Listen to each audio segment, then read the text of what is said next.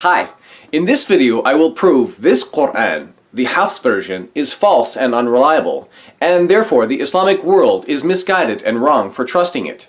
In the process, I will be answering the following questions. Question number 1. What is the most dominant Quran version used in the world today? Question number 2. What are the conditions used to authenticate any version of the Quran? Question number 3. Who was Hafs? And question number 4. Was Hafs an honest and trustworthy man? So let's begin. Question number 1. What is the most dominant Quran version used in the world today? For the answer, we turn to the book An Introduction to the Sciences of the Quran by Muslim scholar Yasir Qadi, which says today the majority of the Muslim world reads the Hafs Quran only. More specifically, on page 199, it says this Quran version is used by about 95% of the Muslim world.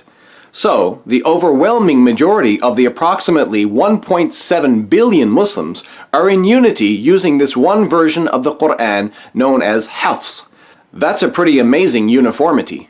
Question number 2. What are the conditions used to authenticate any version of the Quran? For the answer, I turn your attention again to Yasir Qadi's book. Page 187 mentions 3 specific conditions. It says, every qira'ah or reading that conforms to the rules of Arabic, even if by one manner, and matches with one of the mushafs of Uthman, even if such a match is not an obvious one, and has an authentic chain of narrators back to the Prophet, meaning Muhammad, is an authentic qira'ah. Did you notice that third condition? A Quran version or reading must have an authentic or reliable chain of narrators. In fact, page 189 of this book further states, this is the most important condition. Question number 3. Who was Hafs? Well, we already know the Hafs Quran is a Quran version, but why is it famously named Hafs? To answer that, I will simply show you the chain of narrators for this Quran version.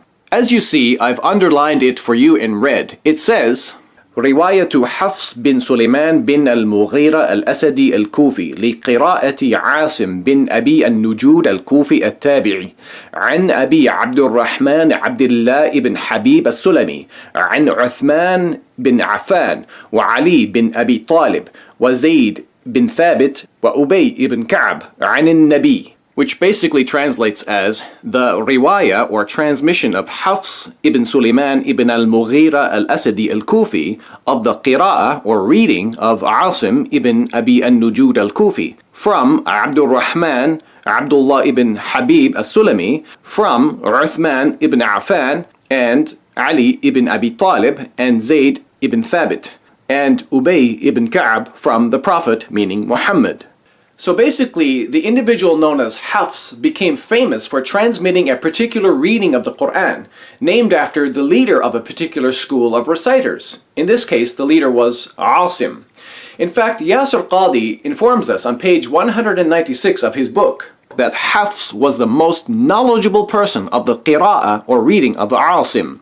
And as you just saw from the chain of narrators, this Quran version or reading allegedly originates from Muhammad himself.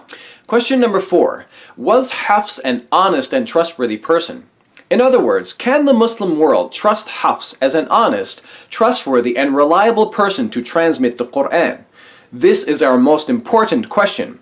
I answer by using the following Islamic source. In the Musnad of Imam Ahmad, Volume 1, Hadith number 1268 or 1267 in an online Arabic edition, Muhammad is quoted saying, whoever reads Quran and learns it by heart, he will be granted intercession for 10 of his family for whom hell was due.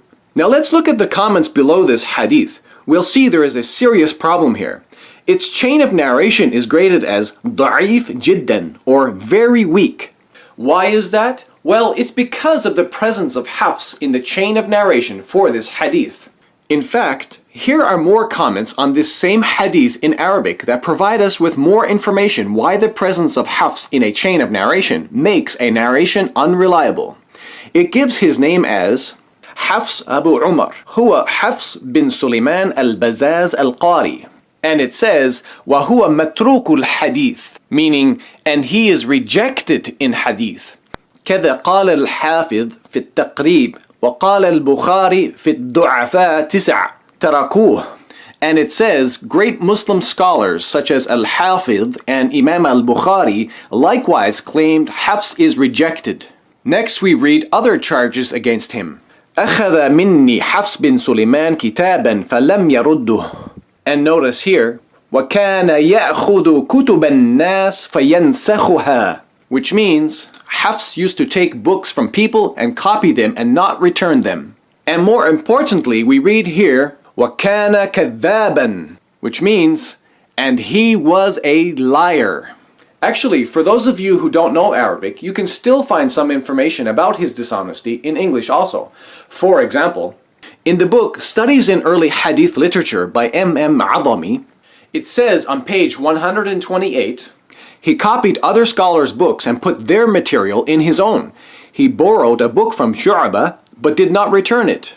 In other words, according to these Islamic sources, Hafs was unreliable, untrustworthy, a thief, and a plagiarist who took materials or narrations from others, but made it appear like they were his own. And worse than that, he was a liar. In ending this video, my conclusion is the Hafs Quran is batil or false. It cannot be trusted nor be considered the word of God. Therefore, the Muslim world is seriously misguided for blindly accepting the Quran transmitted by a known liar and dishonest thief. Thanks for watching, and God bless you.